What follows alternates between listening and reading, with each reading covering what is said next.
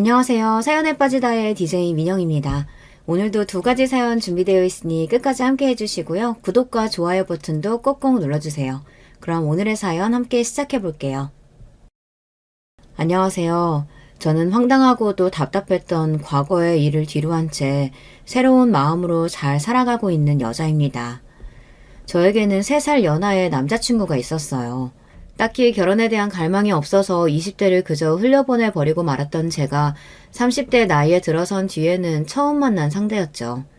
저도 그렇고 남자친구도 그렇고 어느 순간부터는 약속이라도 한 듯이 자연스럽게 결혼을 전제로 서로를 만나고 있었습니다. 들어주시는 분들을 위해 편의상 남편이라고 칭하며 이야기를 이어가 볼게요. 둘 다 직장에 다니고 있었고요. 슬슬 결혼 준비를 하려고 서로 그렇게 생각을 하며 지내던 어느 무렵이었어요. 시어머니의 초대로 시댁에 밥을 먹으러 갔습니다. 참고로 시댁은 좀 한적한 동네에 위치해 있었어요. 좋은 의미의 여유로운 동네인 건 아니었고요. 대형 마트이든 병원이든 공공기관이든 그런 인프라가 구축이 잘 안 되어 있어서 어딘가 휑한 느낌이 들었어요. 매우 한적하고 조용한 동네였죠. 돌려 말하지 않아 본다면 집값이 좀 저렴한 위치였다는 뜻입니다. 아무튼 그런 동네에 오래된 복도식 아파트가 제 시댁이었는데 도착하니까 엘리베이터가 고장이 났더라고요. 하필이면 이런 때 고장이 났냐. 남편이 민망해했고 저는 아파트 세대 규모에 비해 엘리베이터가 꼴랑 한 대라는 걸 신기해하고 있었습니다. 그런 구조가 뭔지 아시죠?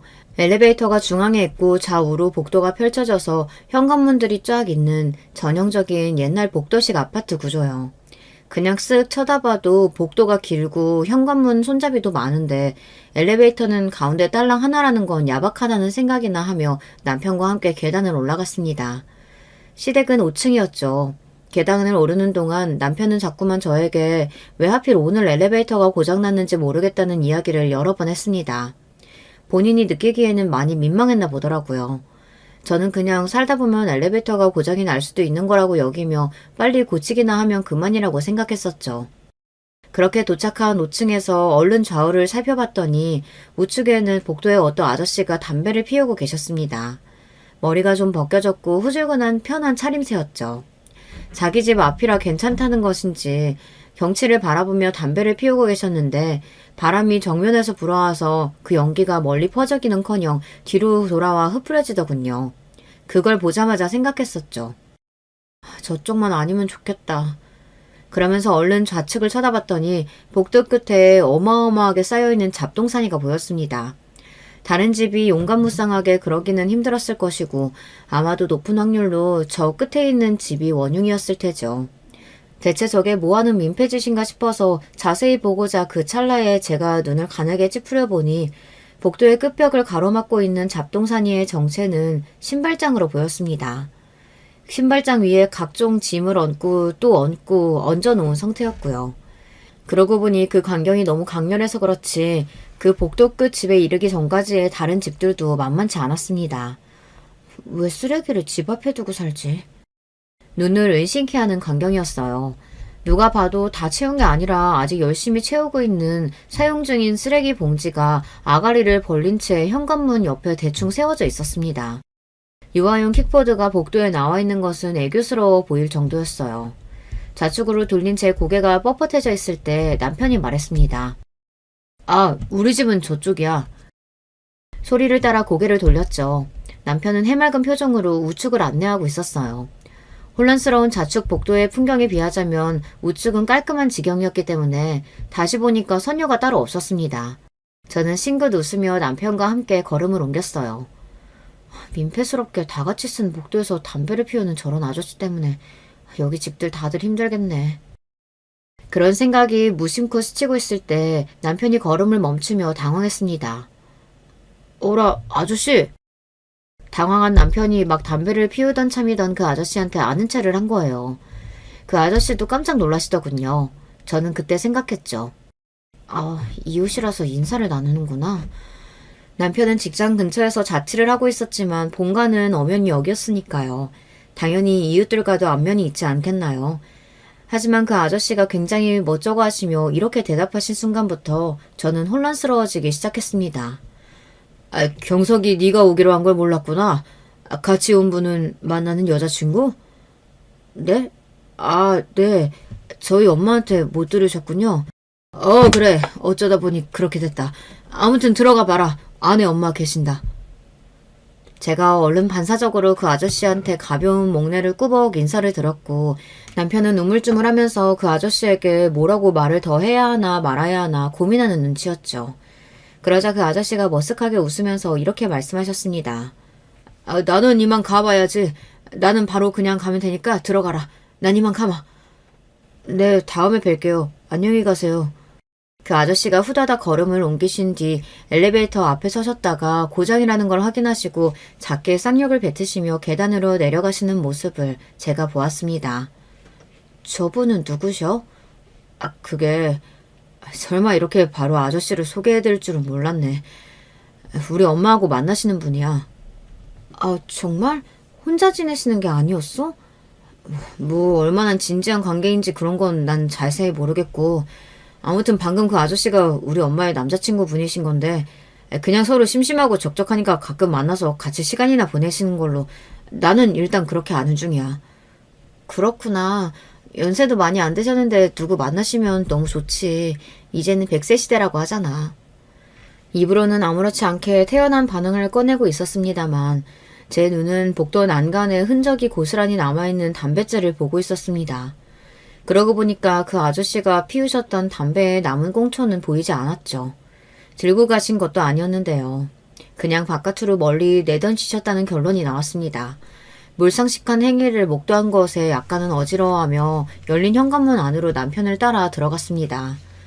엄마, 저 왔어요. 여자친구하고 같이 왔어요. 엄마, 어디 계세요?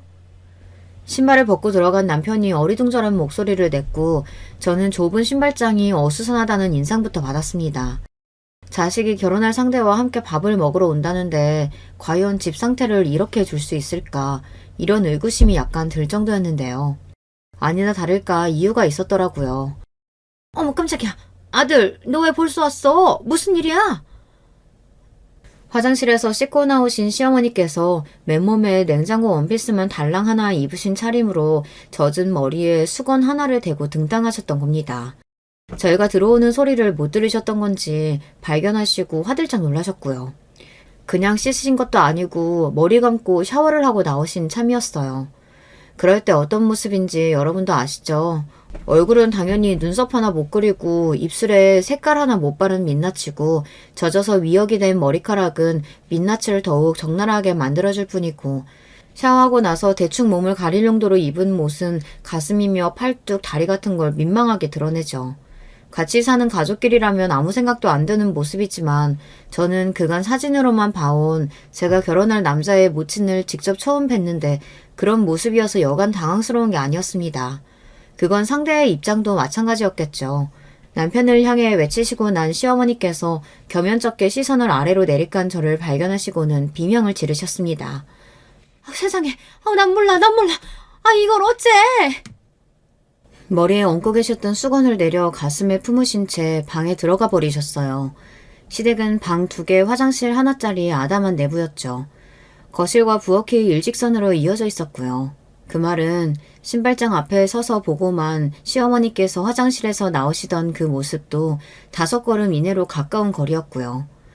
방으로 피신하셨는데 그 방은 화장실의 바로 옆이었습니다. 난리법석 피우시는 소리가 바로 앞에서 들려왔어요. 아담한 내부에서 눈도 귀도 피해 있을 곳이 없었습니다. 남편이 애써 평정을 잃지 않으려는 듯 표정 관리를 하며 저에게 일단은 앉아있을 것을 권하였습니다. 거실에는 3인용 소파가 있었죠. 초대를 받아서 온 입장인데 잘못된 때에 온 것 같다는 핑계를 대며 떠날 수도 없었고 뭐 이런 난감한 상황이 다 있냐는 생각을 하며 멍하게 소파에 앉았습니다. 남편은 뭔가 상황이 잘못 꼬인 것 같다고 하며 저에게 자꾸 설명과 변명을 하려고 들었어요. 태연한 척 해보지만 한껏 떨리고 있는 남편의 눈동자를 보며 왠지 애처롭다는 인상을 받았어요. 그래서 괜찮다는 듯이 고개를 끄덕여 주었습니다. 그때는 그랬어요. 남편이야말로 당황스러울 텐데 무슨 잘못이 있을까 싶었습니다. 아들, 잠깐 이리로 와볼래? 그때 방 안쪽에서 시어머니의 외침이 들려왔고 저와 눈이 마주친 남편이 미안하다는 미소를 남긴 채 걸음을 옮겼습니다. 다시 말씀드리지만 집이 아담했으니까요. 그리고 옛날 아파트인데 방음 같은 걸 어떻게 기대하겠나요? 제가 가만히 귀를 기울이면 두 사람의 대화가 다 들렸습니다. 왜 벌써 온 거야? 저녁 때려면 한참이나 남았는데. 내가 아까 심장 떨어질 뻔했어. 벌써라뇨? 시간 돼서 온 건데. 엄마, 오늘 점심 같이 먹게 오라고 엄마가 그러신 거잖아요. 웬 저녁 이야기를 하시는 거예요? 설마 저녁밥 먹는 걸로 착각하신 거예요? 뭐? 점심? 너야말로 무슨 소리라고 있는 거야? 당연히 저녁이지. 한 끼라면 저녁을 초대해서 같이 먹지 않겠니? 그러거나 말거나 엄마가 점심 때 오라고 하셨으니까 지금 왔죠. 그리고 오늘 이때 오겠다고 아침에도 말씀드렸잖아요. 통화도 해놓고 왜 이러세요? 통화? 아침에? 오늘? 내가 오늘은 아침에 좀 정신이 없었어. 얼떨결에 네 전화 받았었는데 내가 별 생각 없이 그랬나 보다. 아이고야, 내 정신 좀 봐라. 오늘 하필이면 내가 또 늦잠을 자가지고. 알만하네요. 아저씨 와 계셨던 것 때문에 그렇죠? 아저씨가 어제 여기서 주무시고 가셨나 봐요. 응? 이제 보니까 혹시 네가 마주쳤니? 네, 집 앞에 계시던데요. 담배 피우고 계셨는데 그냥 집에 가신다고 그러셨어요. 그래. 집도 바로 옆 동네니까 알아서 잘 하겠지. 아니, 그나저나 지금 이걸 어쩐다니? 네가 점심때로 착각하고 와버렸으니까 나는 아직 준비도 안 했는데 아무것도 안 차려놨어. 아유, 미치겠다. 제가 착각한 게 아니라니까는 엄마. 저하고 문자 나눈 것 좀 확인해 보세요. 엄마가 저한테 말씀하실 때마다 계속 점심이라고 하셨으니까 한 번도 저녁이라고 하신 적 없어요. 뭔 점심을 같이 먹어. 아들, 네가 진짜 말도 안 되는 소리만 자꾸 하는데 문자를 봐도 분명히 어라? 왜 문자에는 점심이라고 적혀있지? 이상하다. 나는 분명히 계속 저녁이라고 생각한 건데. 아유, 이거 완전 귀신이 고칼 노릇이잖아. 남편이 크게 한숨을 연달아 쉬었고 시어머니께서는 발을 동동 구르셨어요. 이제 상황이 어떻게 된 것인지 확실하게 알만하셨죠. 당혹스러운 오류는 이미 발생한 뒤였고 이제는 수습의 단계였습니다. 저는 생각했죠. 선택지는 두 가지밖에 없다고요.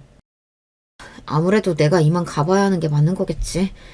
다음을 기약하면서 내가 이만 가보는 게 가장 이상적인 그림일 것 같고 그게 아니라면 혹시 밖에 나가서 식당 가자고 할 수도 있겠다. 근처 괜찮은 곳이 있으면 나가서 사 먹어도 될 테니까. 저는 이왕이면 제가 이만 일어나는 쪽을 보고 기대하며 점치고 있었습니다. 그랬기 때문에 방에서 남편이 나왔을 때 그런 뜻을 전하려고 했으나 설마 선수치기를 당할 줄은 몰랐어요. 자기야, 우리 엄마가 그러시는데 요새 이 근처에 괜찮은 식당이 있다네. 남편은 제 눈치를 살피면서도 큰 소리로 말했습니다. 제가 떠올렸던 두 가지 선택지 중 후자의 결과가 나온 듯 싶었어요. 그래? 나는 그냥 오늘은 날이 아닌 것 같아서 이만 가봐야겠다 싶었는데. 아니야. 지금 우리 엄마가 너무 미안해하셔. 아무것도 대접 못하고 보내면 절대 안 될 것 같다고 하시네. 금방 옷 입고 준비하실 거야. 잠깐만 기다려주라. 응?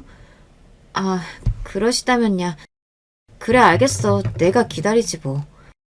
일어나려던 엉덩이를 다시 소파에 붙이고 앉아 떨떠름해하고 있었습니다.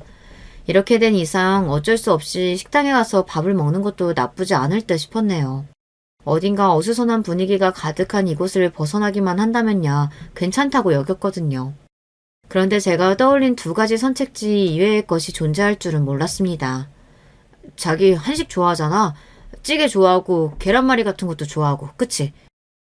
맞아. 나 그런 거라면 무조건 환장하고 잘 먹어. 역시 그럴 줄 알았어. 다행이다.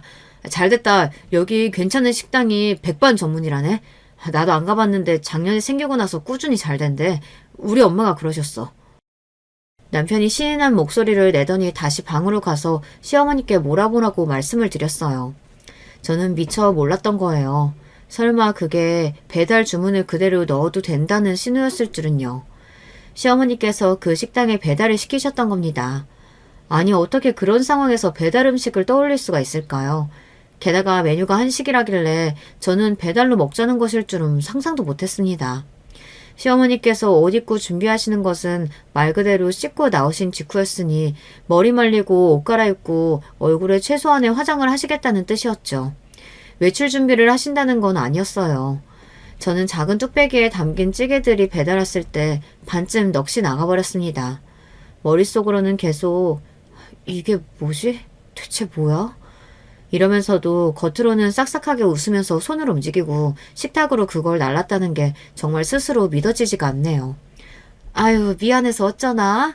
그래도 맛있게 들어요. 여기처럼 이렇게 뚝배기 끓인 거 직접 그대로 가져다 주는 집 없어요. 요새 이런 집이 어디 있겠어? 안 그래요? 이런 집 못 봤죠? 여기밖에 없어요. 반찬도 이것 좀 봐요. 세상에 나 이게 종류만 해도 몇 개야? 이러니까 요새 이 근방에 사는 아줌마들 죄다 밥 안 차리고 여기서 시켜 먹으려고들 난리지. 시어머니께서는 당신이 차리셨어도 이것보다 맛있게는 못했을 거라고 하며 호호 웃으셨습니다. 저는 그날 먹은 된장찌개의 맛을 오늘까지도 떠올려내지 못하고 있습니다. 무슨 정신으로 먹었겠나요? 맛을 음미하는 그런 건 없었죠. 그냥 떠서 퍼서 입에 넣고 씹느라 바빴습니다. 빨리 먹고 빨리 이 자리를 끝낼 생각도 강했던 것 같아요. 어영부영 식사가 끝나가자 시어머니께서는 그제서야 울상을 지으셨어요. 오늘 만나면 이것저것 물어볼 것도 많고 대화도 차근히 많이 해볼 생각이었는데 이렇게 돼버려서 너무 속상하네. 아유 미치겠다. 내가 정말 미안하게 됐어요. 아니에요. 그러실 수도 있는 거죠. 저는 괜찮아요. 정말 맛있게 밥 잘 먹었습니다. 저는 울상이 되셔서 한숨까지 쉬시는 시어머니를 보며 어찌됐든 사람이 참 솔직하신 스타일인 것 같다는 생각이 들었어요. 상황은 좀 꼬였으나 시어머니께서 최악이라는 느낌은 못 받은 자리였죠. 솔직하신 분이라는 생각을 하면서 제가 더 시간을 끌지 않고 밥 먹은 자리가 정리되는 대로 가방을 챙겼습니다. 인사를 드리고서는 남편하고 나가려는데 시어머니께서 다급하게 당신도 함께 따라붙으셨어요. 배웅을 내가 나가줘야지 배웅을. 괜찮아요. 안 오셔도 돼요. 요 앞에까지만 같이 나갈게요. 아유 암만 그래도 손님 가는 건 지켜봐야지. 안 그래요? 호호 웃으시면서 배웅을 나오셨던 시어머니께서는 고장이 난 엘리베이터를 보시고는 표정이 싸하게 굳었습니다. 가만히 있어보자. 이게 뭔 지랄이 난 거야. 그렇게 중얼거리셨던 시어머니께서는 남편이 툴툴대면서 아까 왔을 때부터 이미 고장난 상태였다고 하니 표정이 더 안 좋아지셨어요. 그러더니 방금 전과는 다르게 목소리를 높이셨죠. 이 망할 놈의 꾸진 아파트. 이게 대체 오랜만에도 벌써 몇 번째야? 내가 진짜 맨날 여기서 살기 싫어 죽겠다 진짜. 아휴. 갑자기 소리를 지르시는 것에 제가 깜짝 놀라던 그때 계단을 막 올라오신 어쩜 아주머니 한 분이 계셨어요. 시어머니보다 나이가 4대 정도 많아 보이시는 분이었고요. 장바구니를 한 손에 드신 채로 계단을 오르는 그분이 혀를 끌끌 차며 시어머니를 겨냥했습니다. 으이구 맨날 주둥이만 요란하지. 어디 딴 데 갈 돈이라도 있어? 그런 형편도 안 되면서 맨날 저렇게 주둥이로만 나불대나 몰라. 아유 듣기 싫어. 어머 제가 뭘요? 왜 가만히 있는 사람한테 그러세요? 그러자 시어머니께서 단박에 발끈하셨고요. 가만히 있기는 어디 한두 번 주둥이가 요란했어야지. 맨날 여기서 살기 싫다, 뭐 이 동네 뜨고 싶다, 그런 소리 시끄럽게 해대면서 자기만 혼자 고상한 척까지 해대니까 듣는 입장 보는 입장에서는 어이가 없을 수밖에. 이 아주머니가 성격이 아주 이상하시네. 남이 무슨 말을 하고 다니는지 그걸 왜 그렇게 신경 쓰세요? 본인이나 잘하고 사세요. 남의 일에 신경 쓰지 마시고. 신경 안 쓰이게 하고 살든가. 말이 나와서 그러는데 그 집 아저씨 담배 피우는 것 때문에 죽겠으니까 복도에서 담배나 피우지 말게 하슈. 밖에 내려가서 피워야지. 어떻게 남들 다 지나다니는 복도에서 피울 생각을 하나. 나는 진짜 이해가 안 돼. 수준하고는. 뭐예요? 수준? 이것 보세요 아주머니. 현관 앞에 쓰레기나 놓고 살지 마세요. 아주 볼 때마다 더러워 죽겠다고요. 담배 연기가 몇 분 남짓 잠깐이라면 쓰레기는 하루 종일 나와 있는 거 아니에요. 그게 더 심하지. 내 집 앞이고 내 쓰레기니까 상관 말어. 어머, 수준 운운할 건 내 쪽에서 해야 맞는 거네. 진짜 미치겠다. 아줌마가 자꾸 쓰레기 앞에 내놓고 쓰시니까 다들 따라서 그러는 거 아니에요. 무슨 소리래? 쓰레기 앞에 내놓고 사는 건 503호가 먼저 시작했고 내가 열받아서 똑같이 하다가 이렇게 된 거니까 시작 따질 거면 503호한테 가서 따지슈. 503호요? 그 집에 덩치 무서운 아저씨 살잖아요. 그쪽 라인에서 따져야지 왜 나더러 하라고 그러세요? 치사하게. 왜? 그 집 아저씨더러 복도에서 담배 피우는 그 싸가지로 503호한테 가서 한마디 좀 하라고 그러시지. 담배 피우느라 바쁘고 조용한 밥이나 뭐 아침 가릴 것 없이 이부자리에서 붙어먹느라 아주 바쁘시나? 그래서 따지러 갈 시간은 없으신가 봐? 오늘 아침에도 그 집 현관문 바깥에서 아주 소리가 시끄럽게 새어나던데 금실 많이 좋으신가 봐요? 그 아주머니가 비아냥거리시는 것에 시어머니의 얼굴이 삽시간에 민망함으로 달아올랐어요.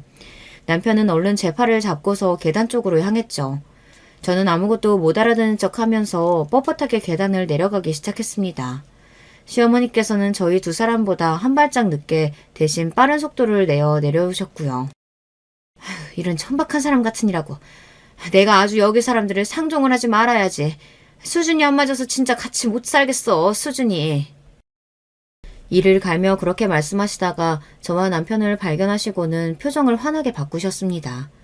저는 이제는 그냥 빨리 갈 생각밖에 없었으므로 시어머니의 그런 태도에 대해 아무런 감상이 들지 않았고요.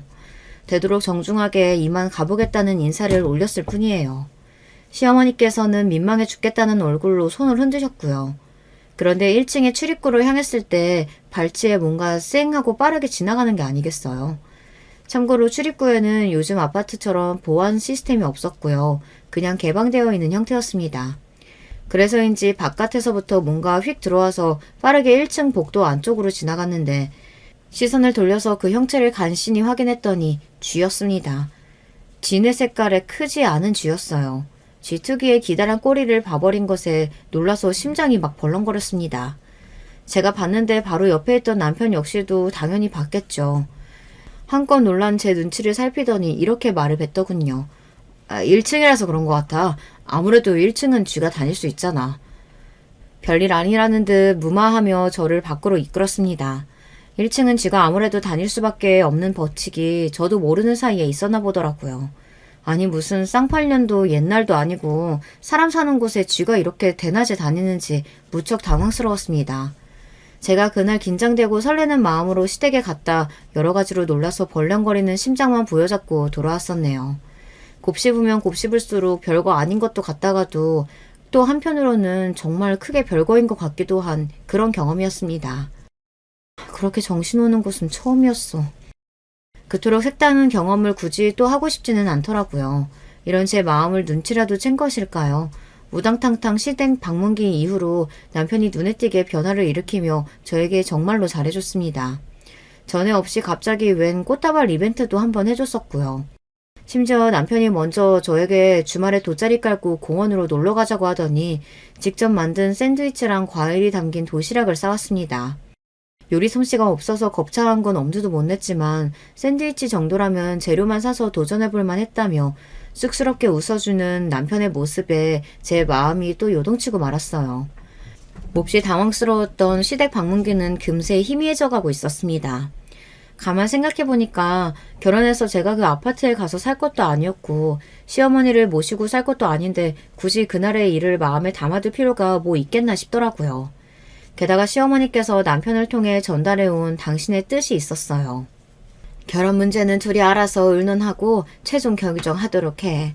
나는 참견이나 간섭 그런 거 안 할 거고 그리고 나는 미리 말하는데 절대 며느리 안 잡고 살 거야. 나는 그런 시어머니 되는 거 딱 싫다.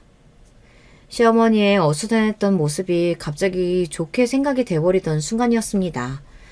솔직하고 소탈하고 가식이 없으며 굳이 격식 안 따지시는 그런 분으로 난데없이 제 머릿속에 생각이 되기 시작했던 거예요. 남편한테 그래서 우리 결혼 렛츠고 해버리자고 제가 딱 말했습니다. 저희 둘 다 나이도 찬 상태였고 특히 여자인 제 쪽이 연상이기도 했고 각자 직장도 잘 다니고 있었으니 결혼이라는 건 의사결정만 내려지면 되는 것처럼 언뜻 그렇게 생각이 될 법했지만 현실적으로 결혼할 때 가장 따지게 되는 것이 바로 모아놓은 돈이 얼마인가라는 문제였죠. 직장이 있어도 모아놓은 돈이 없다면 결혼이 힘들어지니까요. 저희는 이 부분에서 자유로웠던 게 가장 큰 장점이었습니다. 아니 정확히는 제가 준비가 잘 되어 있었어요. 그러니까 자신만만하게 남편에게 결혼하자는 선언을 딱 했던 것이고 남편은 제 눈치를 보며 비위를 잘 맞추려고 했던 것이겠죠. 저희 집이 원래는 보통 혹은 그 약간 못 미치는 수준으로 살았었는데요. 아버지가 큰 결심을 하신 뒤 온갖 무리를 다해가며 대출을 받아 아파트를 구입하시면서부터 양상이 달라졌습니다. 그 당시에는 너무 무리한 선택이 아니었나 싶었으나 곧 부동산 시장이 요동쳤으니까요. 결과적으로는 크게 이득을 봤죠. 저희 집은 오빠가 명문대에 입학을 해내면서 분위기가 다시 한번 무척이나 좋아지던 때를 맞이했습니다. 아버지는 허리띠를 졸라매서라도 오빠에게 값비싼 입시학원을 보내준 보람이 있다고 하셨죠. 인생은 투자야. 그게 사람이 될 수도 있고 물건이 될 수도 있겠지. 투자가 빛을 보기도 하고 실패를 하기도 하지만 그러는 걸 반복하면서 사는 게 인생 같다. 아버지는 그렇게 생각하시는 분이었기 때문에 그 판단력을 미천 삼아 성공하실 수 있었던 것 같아요. 사리에 밝으셨던 듯 싶기도 하고요.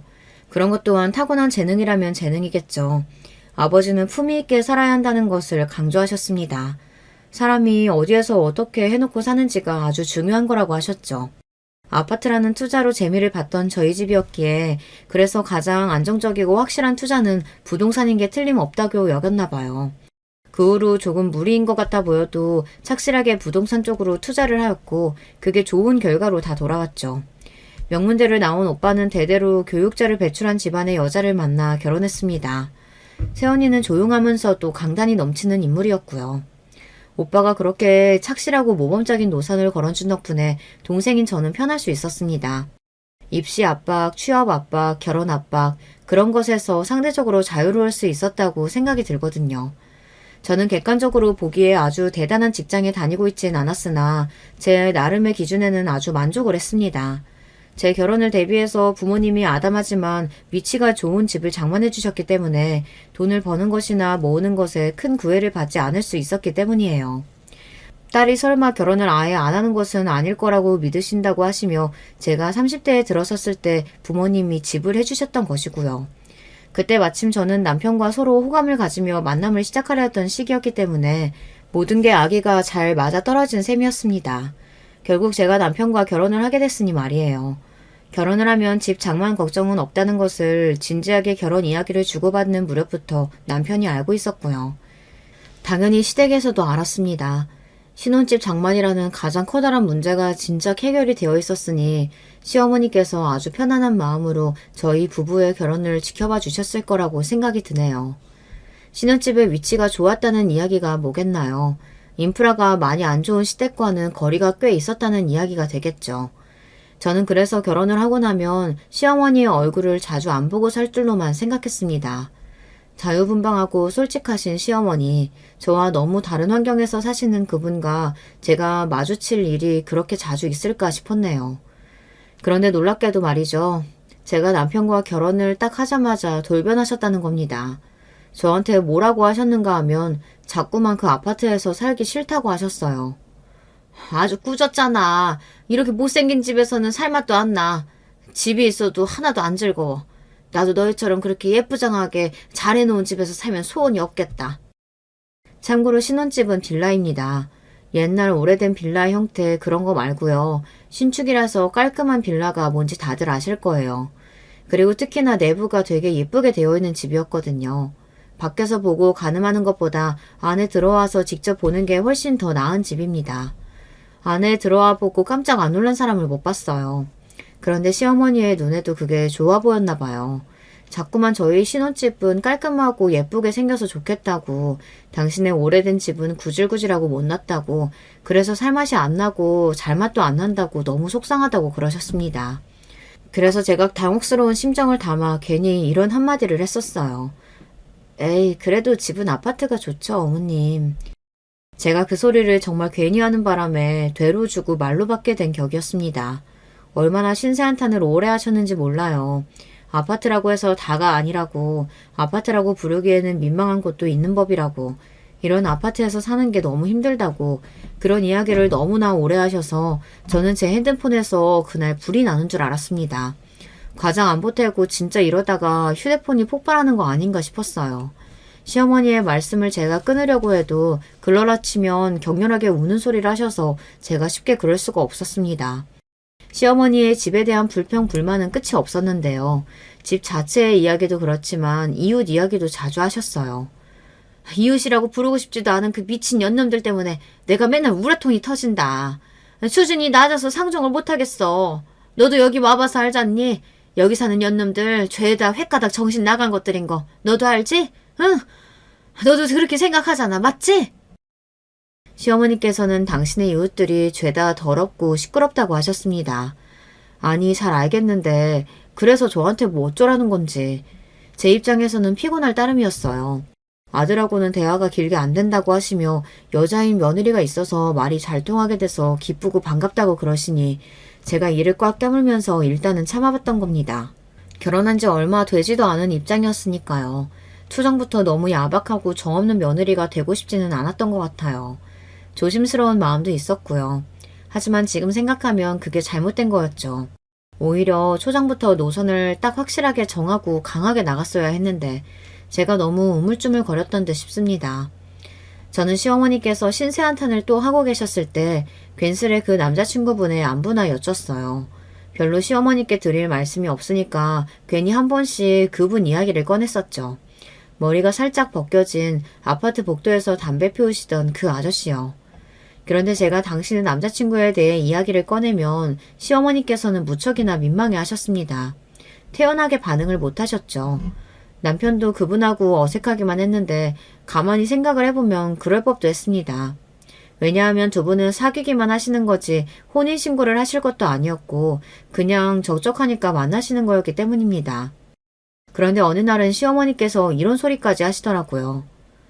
나랑 그 사람도 말이야, 만약 좋은 집이 있었잖아? 그러면 이미 진작에 살림 합쳐서 살았을 거야. 워낙 사는 집구석이 거지 같으니까 안 합치고 그냥저냥 지내는 거지. 아, 그래요? 그러신 거였어요? 미처 몰랐네요. 지금 너희처럼 그렇게 예쁜 집에 살았으면 나도 신혼이 된 기분으로 즐겁게 한번 지내봤을 텐데 말이야. 에휴, 내가 많이 아쉽다. 뭘 어떻게 해도 대화의 주제가 끝내 집 이야기로 귀결되었습니다. 제가 당연히 남편한테 중간에서 잘 좀 하라고 잔소리를 했어요. 시어머니께서 밑도 끝도 없이 집 이야기만 하시는 게 듣는 입장에서는 마음이 너무 불편하다고 그랬습니다. 자식으로 뭔가 해결을 해드려야 하는 거 아니냐고 제가 딱 그렇게 말을 했더니 남편이 이러더라고요. 나도 마음이 편하지 않은 건 마찬가지야. 당신보다 내 마음 당연히 더 편하지 못하지. 나도 불편해. 당신은 어머님 전화만 받았다 하면 갑자기 전에 없이 꿀먹은 벙어리게 되잖아. 그러면서 나한테 어머님 전화 다 떠넘기잖아. 전화 못 받는 핑계도 가지가지야. 그런데 당신이 뭐 그렇게 마음이 불편한 일이 있었어? 자식된 입장에서 너무 죄송스러우니까 그렇지. 내가 능력 있는 좋은 자식이었다면 우리 엄마한테 번듯한 집 한 채 장만해드렸을 텐데 그러지 못해서 너무 죄송해. 우리 엄마가 그 집에서 그렇게나 살기 싫어하신다는 것도 나는 여태 몰랐거든. 원래는 그럭저럭 살만했기 때문에 당신한테 굳이 이야기 안 하신 거 아닐까? 그렇잖아. 너무나도 살기 싫었다면 진작에 자식한테 이야기하고 상의해서 이사를 하셨겠지. 근데 왜 우리가 결혼하고 나니까 갑자기 그 집에서 목숨을 걸고 탈출하려고 드시는 건데. 나도 어머님 댁에 몇 번 가봤으니까 어머님이 무슨 말씀 하시는지는 알겠고 무슨 불편함을 거기서 겪고 계시는지는 잘 알겠는데 그래봤자 멀쩡히 사람 사는 곳이잖아. 거기가 흉가도 아니고 번듯한 아파트인데 너무 과장해서 그러시는 게 이해가 안 돼. 자식 며느리한테 기대고 싶으시니까 그러는 거겠지. 내가 능력만 좋았어도 집 해드렸을 텐데 너무 죄송하다. 그렇게 해드리고 싶으면 해드리면 되잖아. 집을 꼭 매매로 해야 돼? 월세로 구하면 당장 3개월 내로 이사 들어갈 수 있는 괜찮은 집 계약할 수 있을걸? 어머님이 아파트보다 빌라 선호하시는 것 같던데 그 동네에 신축 빌라 공실 많다고 그러지 않았어? 우리 엄마한테 어떻게 월세를 구해드려. 못해도 전세를 구해드려야지. 당신 정말 너무한다. 빨리 구하는 데는 월세만 한 게 없으니까 그렇지. 전세? 그것도 좋지. 당신이 구해드려. 나는 당신 어머님한테 뭘 어떻게 해드리든 간섭 안 할게. 찬성이야. 왜 간섭을 안 해? 우리가 이제 부부인데 뭐든 같이 해야 하지 않겠어? 남편이 제 눈치를 보면서 우물쭈물 그렇게 물었을 때 솔직히 짜증이 확 났습니다. 신혼집 장만은 한쪽에서 혼자 다 했는데 그건 관가하고서 남편이 말을 그렇게 하니 어이가 없었죠. 제가 화가 난 표정이 되니 남편이 입을 꾹 다물었어요. 저는 남편이 최소한의 눈치는 있는 사람이라고 그렇게 생각했으며 다행이라고 여겼습니다. 그런데 그게 제 착각이었나 봐요. 그 후로 며칠 남편은 삐진 티를 팍팍 냈어요. 삐졌다는 걸 제발 알아달라는 식으로 입술을 뾰루퉁하게 내밀면서 밥을 먹을 때도 한숨을 쉬고 젓가락질을 깨작거렸습니다. 제가 웬만하면 왜 그러냐고 물어봐주고 대화로 얼른 풀자고 했을 텐데 시어머니의 일로 남편이 저러니 저도 좀 오기가 생기더라고요. 왜냐하면 결혼한 직후부터 생각하지도 못했던 시어머니의 집 타령 공세에 제가 난감해하며 시달리는 동안 남편은 뒷짐이나 지고 있었으며 그런 주제에 입으로만 효자인 척 틈틈이 해댔거든요. 생각하니까 저도 남편의 그런 태도가 괘씸해서 삐진 티를 팍팍 내는 모습을 보고도 일부러 모른 척을 했습니다. 그랬더니 어느 날 제가 퇴근하는 시간에 맞춰서 시어머니께서 들이닥치시더라고요. 참고로 제가 남편보다 출근도 퇴근도 1시간씩 일찍 하거든요. 혼자 시어머니를 맞이하게 돼서 한숨이 저절로 나왔는데 그런 저를 노려보시며 시어머니께서 집안으로 짐가방을 휙 던지셨어요. 반겨주지 못하더라도 그렇게 노골적으로 짜증은 안 내야 하는 거 아니니? 네? 제가 무슨 짜증을 냈다 그러세요? 방금 집에 온 참이라 그냥 제가 좀 피곤한 상태예요. 그런데 어머님, 이건 웬 가방이에요? 가방이 큰데 어디 여행 가실 때나 쓰는 거 아니에요? 온 김에 오늘 좀 차고 가려고 한다. 네? 그러실 거면 미리 말씀이라도 주지 그러셨어요. 내가 남의 집에 쳐들어온 것도 아니고 내 아들 사는 집인데 와서 자고 간다는 소리도 못해? 그리고 네가 자꾸만 거리 두려고 하는 것 같길래 그게 얄미워서 미리 말 안 하고 온 거다. 일부러 말씀을 안 해주셨다니 그리고 그걸 당당하게 밝히시다니 제 입장에서는 기가 막힐 따름이었습니다. 대체 왜 이러시나 싶었고 너무 피곤해서 그냥 남편이 올 때까지 아무것도 안 하고 싶었어요. 남편더러 알아서 해결해보라고 할 마음뿐이었죠. 그런데 제가 화를 꾹 참는 얼굴로 있으니 시어머니께서 괘씸하다는 표정이 돼서 이러시는 게 아니겠어요? 네가 요새 내 아들한테 그렇게나 피도 눈물도 없이 굴었다며? 너 그렇게 안 봤는데 실망이다. 싹싹하고 수더분한 줄 알았는데 전혀 아니었구나. 자기 시애미가 사는 집에서 그렇게나 나오고 싶어하면 네가 먼저 며느리 된 입장으로 어머님 그럼 여기 들어와서 며칠이라도 같이 지내시죠. 이렇게 말을 꺼내야 하는 거 아니냐? 그리고 있는 것들이 더하다더니 어떻게 빈말이라도 한번 직구해주겠다는 소리를 안 하니? 너는 네 시애미가 얼마나 꾸진 집에서 사는지 다 봤으면서도 깔끔하고 예쁜 집에서 혼자 발 뻗고 편하게 잠이 오든? 내 아들은 불쌍한 엄마 생각해서 맨날 잠 설친다고 하는데. 이제서야 모든 게 이해가 되더라고요. 그러니까 시어머니께서는 처음부터 저한테 빌붙으실 작정이었던 것입니다. 집 문제를 턱하니 해결해오는 능력 좋은 며느리한테 기대서 당신도 집 하나 얻어내고 싶으셨던 거예요. 그게 아니라도 아들하고 같이 살고 싶다는 명목으로 신혼집에 들어와서 며느리한테 대접받으면서 그렇게 지내고 싶으셨던 것이었고요. 뭐가 됐든 간에 제가 당신의 아들하고 결혼하고 나면 절대로 이 전처럼 그렇게 살진 않으시고 싶으셨던 것이었어요. 하지만 그 바람을 왜 저를 통해서 그것도 일방적으로 이뤄내시려는 건지 그 염치 없는 면모에 헛웃음이 나왔습니다. 이제는 아예 저한테 삿대질까지 날리면서 훈계를 하시는 시어머니께 제가 똑바로 말씀을 드렸습니다. 어머님 아들이요? 맨날 쿨쿨 잘 자요. 코도 시끄럽게 굴고요. 그 덕에 매일 잠 설치는 건 제 쪽이었네요. 그러고요, 어머님, 저한테 뭐 맡겨두셨어요? 왜 그렇게 당당하게 요구하시나요? 제가 보기에는 어머님이 맨날 욕하시는 그 아파트 사람들 수준이나 어머님 수준이나 똑같은 것 같은데요. 그러자 제 뺨을 치셨습니다. 태어나서 처음 뺨 맞고 나서 어이가 없어졌는데 시어머니께서는 표독스러운 미소를 지으며 짐가방은 더 안쪽으로 밀어두신 후 소파에 턱하니 앉으셨어요. 버티면 그만이라는 식으로 아주 당당하셨습니다. 실컷 지랄해 보라지. 나는 이제 이 집에서 잘 먹고 잘 쉬면서 잘 지내면 그만이야.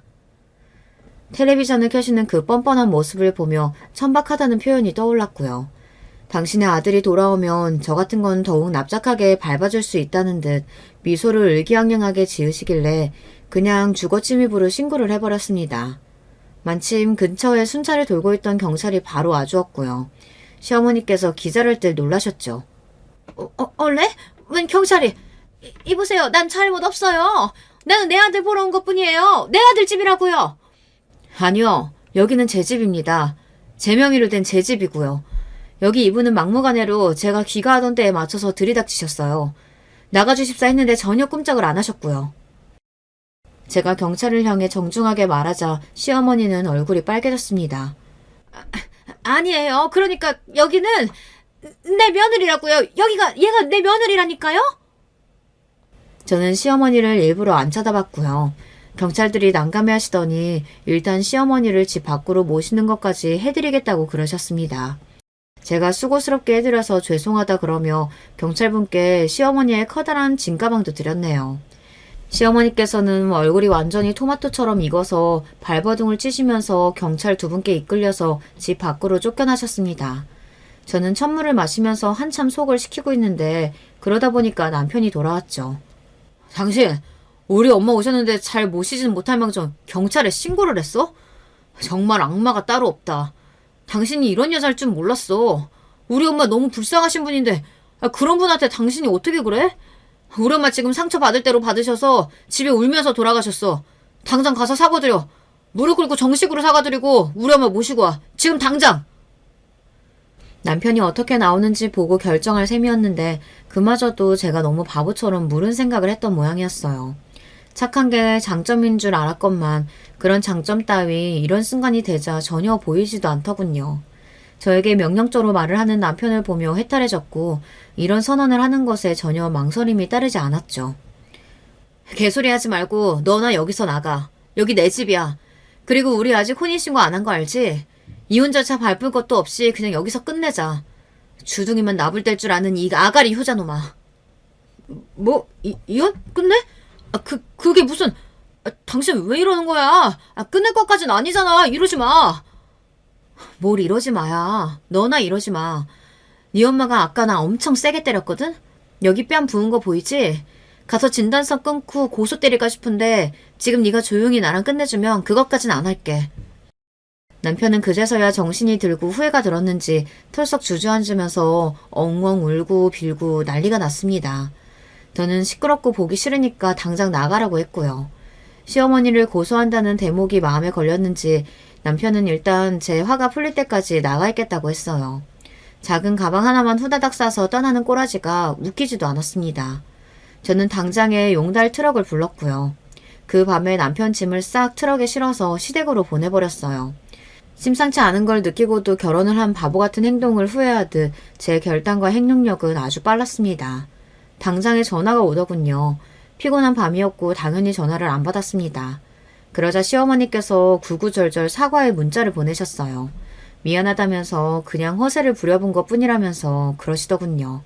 답장 안 했고요. 이튿날 날이 밝자마자 전화가 걸려오는 것에 잠결에 제가 그걸 실수로 받고 말았어요. 한 번만 마음을 돌려달라면서 우는 소리를 하시더군요. 네가 너무 부러워서 그랬지. 번듯한 집 있는 것도 부럽고 그럴 만한 능력 있는 것도 부럽고 그래서 나도 좀 어떻게 한번 그거 누려볼까 있을까 싶어서 그랬어. 근데 네가 그렇게나 메모찰 줄 몰랐던 거야. 우시면서 하신다는 소리가 내용이 좀 묘했습니다. 아침부터 한숨이 나오더군요. 나는 그렇다고 쳐도 내 아들은 어떡하니? 뭔 죄가 있니? 나 때문에 지금 자기 인생 망했다면서 난리도 아닌데 내 아들 너무 불쌍하잖아. 내 아들 원망받게 된 나는 더 불쌍하고. 아, 그러세요? 잘 됐네요. 서로를 불쌍해하면서 그렇게 잘 지내셨으면 좋겠네요. 저와는 이제 상관없는 이야기니까 어떻게 지내시는지 앞으로 안 알려주셔도 되고요. 시어머니께서 끝까지 죽도록 후회하고 있다고 절절하게 매달리셨지만 하지만 그런다고 해서 제가 그분의 며느리로 남은 인생을 살고 싶지 않다는 결심을 번복할 리가 없었어요. 친정에서는 제 선택을 쌍수 들고 환영해 주었습니다. 다들 제 행복한 결혼에 초를 치는 걸까봐 참고서 말은 안 했지만 하나를 보면 열을 안다는 심정으로 제 시댁될 집안을 애초에 마음에 안 들어하고 계셨던 거예요. 그래서 저한테 혼인신고를 느긋하게 하라고 조언을 해줬었고요. 그 덕에 제가 머리 덜 아프게 결혼 생활을 끝낼 수 있었으니 그나마 다행이었죠. 그 후로도 저한테 애절하게 매달리며 온갖 미련을 보였던 모자였으나 끝까지 저는 흔들리지 않았답니다. 안녕하세요. 저는 지방에서 남편과 같이 둘이 사는 50대 후반 미용실 원장입니다. 제가 운영하는 미용실은 동네에 있는 작은 미용실인데요. 수익이 완전한 목적은 아니고 그냥 동네 사랑방 느낌이에요. 주민들하고 모여서 사는 얘기, 자식 얘기를 하면 시간 가는 줄 모른답니다. 그러면서 얘기거리가 떨어지면 같이 유튜브로 사연을 틀어놓고 담소도 나누고 하죠. 사연을 들으면서 서로 웃고 울고 얼마나 재밌는지 몰라요. 그러다 얼마 전에 제 인생에도 제보할 만한 사건이 일어났습니다. 우리 미용실 단골 언니들이 꼭 제보하라고 해서 저도 용기 내어 제보하게 되었어요. 항상 사연을 들을 때는 마냥 재밌었는데 오늘은 제가 막상 제보하려니 떨리네요. 저는 고향은 이 지역이 맞는데 사실 성인 이후로는 서울에서 살았습니다. 실업계 고등학교를 졸업하고 바로 동네 미용실에 취업했는데 거기 단골 손님과 사랑에 빠져서 결혼했거든요. 남편은 알고 봤더니 시아버지의 지방 발령 때문에 잠시 우리 동네에 왔었던 거였어요. 그래서 결혼과 동시에 서울로 가게 되었습니다. 그때 저는 말수가 적은 남편을 보고 진중하다고 착각해서 결혼했는데 그때는 이 사람의 성격이 오히려 답답할 줄은 꿈에도 몰랐어요. 그리고 대한민국의 며느리라면 시집살이를 한 번쯤은 다 당해보셨을 텐데요. 우리 시어머니도 만만치 않았답니다. 얘, 너는 지금 잠이 오니? 빨리 일어나서 시아버지랑 남편 아침밥을 차려야지. 어떻게 된 게 기본을 몰라? 너 이런 식으로 행동하면 너희 집안 전체가 욕먹어. 빨리 일어나!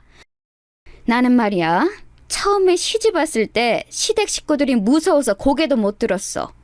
넌 운 좋은 줄 알아. 저는 결혼하고 시댁에 들어가서 신혼을 시작했어요. 그래서 시어머니와 종일 같이 있었는데 시어머니는 제가 밖에서 일하는 것을 싫어하셨습니다. 멀쩡히 미용실에서 일할 수 있는데 결혼하고 몇 년은 시댁에서 콕 박혀서 집안일만 해야 했죠. 아휴, 너는 집에서 이런 것도 안 배웠니? 먼지가 내 눈에 보일 정도면 얼마나 많은 거야? 너 아까 내가 바닥 걸레질 하라고 했는데 안 했지? 지금 하려고 했어요. 아까 아침 만들고 설거지 하느라 바빠서요. 지금 할게요. 잠시만요. 내가 시키기 전에 알아서 해야 할 거 아니야. 너는 내가 왜 이렇게 굼뜨니? 너는 내가 시어머니라 다행인 줄 알아. 마냥 못된 시어머니 만났으면 어쩔 뻔했어? 운 좋은 걸 천운으로 여겨. 시어머니는 심지어 자기는 상당히 괜찮은 시어머니라고 생각했어요. 그런 점이 저를 더 힘들게 했죠. 저는 고등학교를 졸업하고 바로 결혼해서 사실 집안일에 대해 익숙하지 않았습니다. 지금 생각하면 너무 어린 나이라 뭘 아는 나이가 전혀 아니었죠. 그래서 시어머니의 눈에는 하나부터 10까지가 다 모자란 며느리였을 거예요. 여보, 미안해. 그래도 우리 엄마가 사람이 나쁜 사람은 아니야. 이해해줘. 내가 잘할게. 엄마도 저러다 여보가 완전히 자기 사람이라고 생각 들면 잘해주실 거야. 그러니까 조금만 참자. 그리고 아이 낳으면 분가하기로 한 약속 내가 꼭 지킬게. 그 당시 저는 아이를 낳으면 따로 살자는 남편의 말을 아주 굳게 믿고 있었어요. 그래서 그날만을 기다리며 버티고 버텼습니다. 시어머니는 제가 요리하면 짜다, 싱겁다 뭐라 하셨고 빨래하면 깨끗하지 않다고 뭐라 하셨어요. 너 일부러 이렇게 만드는 거니? 이렇게 요리하라 해도 난 못하겠다. 어제는 무슨 한강처럼 국이 아무 맛도 안 나더니 오늘은 소금을 들이부은 거야? 이렇게 짠국이 세상에 어디 있니? 아유, 못 살아. 시어머니의 구박에도 저는 분가하는 날만 기다리며 참고 참았어요. 심지어 시어머니는 제가 임신했을 때도 집안일을 제대로 하지 않는다며 구박했습니다. 임신한 게 그렇게 대단한 일이니? 나는 네 남편이 임신했을 때 너처럼 안 그랬어. 나는 말이야, 새벽 4시에 일어나서 시댁 식구들 아침밥 차린 사람이야. 여자라면 누구나 다 하는 임신이 뭐가 그렇게 대단한 일이라고 그렇게 게을러? 지금 생각하면 그때 왜 참았는지 모르겠어요. 너무 제 나이가 어려서 그때는 시어머니의 말에 거역하면 아주 큰일이 나는 줄 알았답니다. 다만 속으로는 만약 내가 며느리가 생긴다면 절대 시어머니처럼 대하지 않아야겠다 다짐했죠. 적어도 저렇게 미운 말만 골라서 하는 시어머니는 되지 않으려고 했어요. 그리고 마침내 아이가 태어났습니다. 아이고, 아가 고생했다. 첫 손주가 아들이라니 내가 너무 기뻐서 회사에 자랑했어. 워낙 남아 선호 사상이 심한 시절이라 속으로 걱정했는데 다행히 첫 아이는 아들이었어요. 시아버지의 반응도 좋았고 저는 내심 속으로 이제 분가할 수 있으려나 생각했습니다. 하지만 그건 제 오산이었습니다. 아이를 낳고 분가는커녕 오히려 제 불행만 심해졌어요. 왜냐하면 장남이 태어나고 바로 시아버지가 돌아가셨습니다. 사실 시아버지는 말수가 정말 적으셔서 저랑 대화를 길게 나눈 적이 없으세요. 그래도 시어머니처럼 저를 괴롭히거나 그러지도 않으셨죠. 친밀한 관계가 아니었어도 돌아가시니 제 마음도 좋지는 않았습니다. 하지만 제일 괴로웠던 것은 시어머니였어요. 우리 아들, 엄마랑 이따 쇼핑 갈까? 엄마가 우리 아들 겨울코트 사줄게. 너희 아빠 돌아가시고 엄마가 적적해서 안 되겠어. 아니면 우리 근교로 여행이나 갈까? 시어머니는 시아버지가 돌아가시자 남편에 대한 집착이 더 심해졌습니다. 원래도 외동아들이라 남편에 대한 사랑이 심했던 시어머니였는데 시아버지가 없으니 그 집착은 날이 갈수록 심해졌어요. 심지어 제 아들인 손자한테까지 집착해서 엄마인 저를 험담하기도 했죠. 재영아, 네 엄마는 네가 추워서 얼어 죽어도 눈 하나 깜짝 안 할 것 같아. 아유, 아이 춥게 이렇게 다 벗겨놓으면 어떡해? 그치? 아유, 내 새끼 우리 아들 닮아서 너무 예쁘네. 할머니가 옷 입혀줄게요. 어머니, 재영이 태열 때문에 일부러 벗긴 거예요. 아이들은 너무 덥게 입히면 오히려 건강에 좋지 않아요. 병원에서도 그렇게 말했어요. 지금 네가 날 가르치는 거야? 네 남편은 내가 이렇게 키우는데 전혀 문제 없었어. 만약 이게 문제 있는 행동이면 우리 아들이 저렇게 멀쩡하겠어? 시어머니는 육아 방식에 대해서도 사사건건 트집을 잡으셨어요. 그럴 때마다 저는 남편에게 분가 얘기를 꺼냈는데 남편의 반응은 좋지 않았습니다. 엄마가 지금 아버지 돌아가시고 너무 슬퍼하시니까 자기가 조금 이해해주면 안 될까? 아이가 조금 크면 그때 분가하자. 지금 그래도 엄마가 우리 육아 많이 도와주시잖아. 어머님이 진짜 육아를 많이 도와주신다고 생각해? 자기야, 나 힘들어. 언제까지 이렇게 살아야 해? 그리고 분명히 결혼하기 전에는 시부모님 모시고 살 일 없다고 자기가 말했잖아. 나 똑똑히 기억하고 있어. 미안해. 세상 일이라는 게 우리 뜻대로 다 되는 거는 아니잖아. 내가 돈 많이 벌어서 자기 행복하게 해줄게. 나는 그래도 자기 사랑해. 아니, 분가하자는 얘기를 꺼내는데 무슨 소리를 하는 거야? 매번 뜬구름 잡는 소리 좀 그만해, 이 답답아. 남편의 우유부단하고 싫은 소리를 절대 못하는 성격은 정말 힘들었어요. 이런 남편은 이때 유독 저를 힘들게 했는데 무려 이 중요한 시기에 도박에 손을 대서 직장을 잃기도 했답니다. 세상이 저를 유독 괴롭히는 기분도 들고 너무 억울해서 저는 화병도 생겼어요. 그러나 위기를 기회로 활용하겠다고 저는 그런 남편 보고 집에 있으라고 하고 나가서 일하기 시작했습니다. 원래 미용실에서 일했으니 동네 미용실에서 일하는 것은 오히려 탈출구라고 느껴졌어요. 아유, 지영이, 너는 어쩜 새댁이 그렇게 싹싹해? 시어머니가 너무 좋아하시겠어. 안 그래도 그쪽 아버님 돌아가시고 외로워하지 않아? 우리 며느리도 지영이 같으면 얼마나 좋을까? 저는 집에 있는 것보다 이렇게 밖에 나와서 일하는 게 훨씬 좋아요. 할 수만 있다면 쉬는 날에도 일하고 싶다니까요. 그렇지. 원래 시어머니는 될 수 있으면 덜 봐야 좋은 거야. 나는 그래서 시어머니 죽고 나서 내 인생에 전성기가 왔다고 말하고 다니잖아. 손님들과 얘기하다 보면 시간 가는 줄 몰랐어요. 말 그대로 숨통이 트이는 기분이 들었습니다. 시어머니가 워낙 제가 밖에서 일하는 것을 싫어하셨지만 남편이 도박 때문에 직장도 잃었고 시아버지가 돌아가셔서 수입이 없으니 싫어도 크게 반대할 수가 없는 상황이었어요. 그 뒤로는 저도 시어머니께 할 말이 생기면 다 하게 되었습니다. 재영이 유치원에 일하는 엄마가 되게 적다고 하더라. 아무래도 엄마가 밖에서 일하면 애들 정서에 좋지 않아. 너도 적당히 일하고 집에서 남편 챙기고 아이도 돌보고 그래야지. 언제까지 그렇게 밖에서 일할래? 저도 밖에서 일하는 거 힘들어요. 그런데 어떡해요? 제가 밖에서 일 안 하면 당장 저희 무슨 돈으로 살아요? 저도 재영이 친구 성진이네 아빠처럼 돈 잘 버는 남편 있으면 일 안 해도 좋고 얼마나 좋겠어요.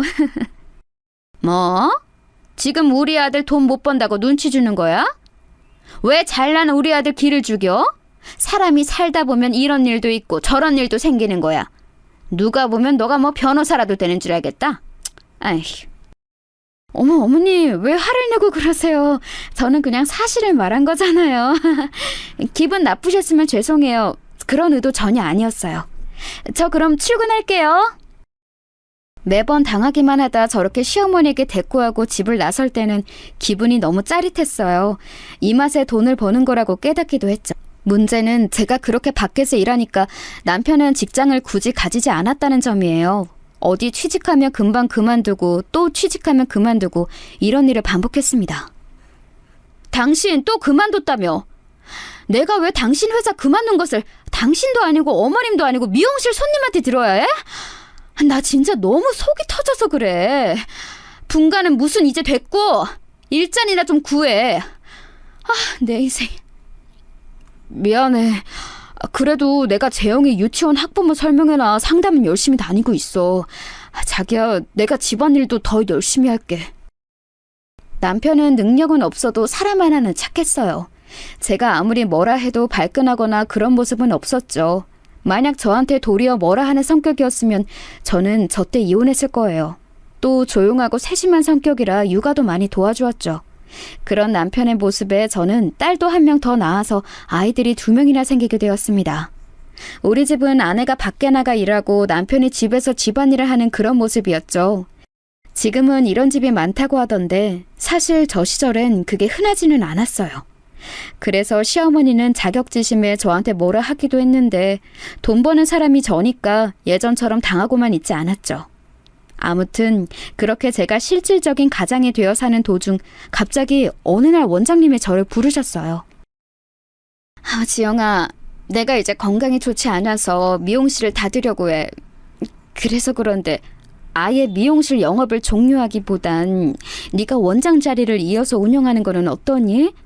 그래도 우리 미용실이 단골이 많아서 매출도 좋잖아. 지영이 너 덕분에 우리 미용실이 단골이 확 늘기도 해서 고맙기도 하고. 어머, 원장님. 제가 원장이 되면 저야 영광이죠.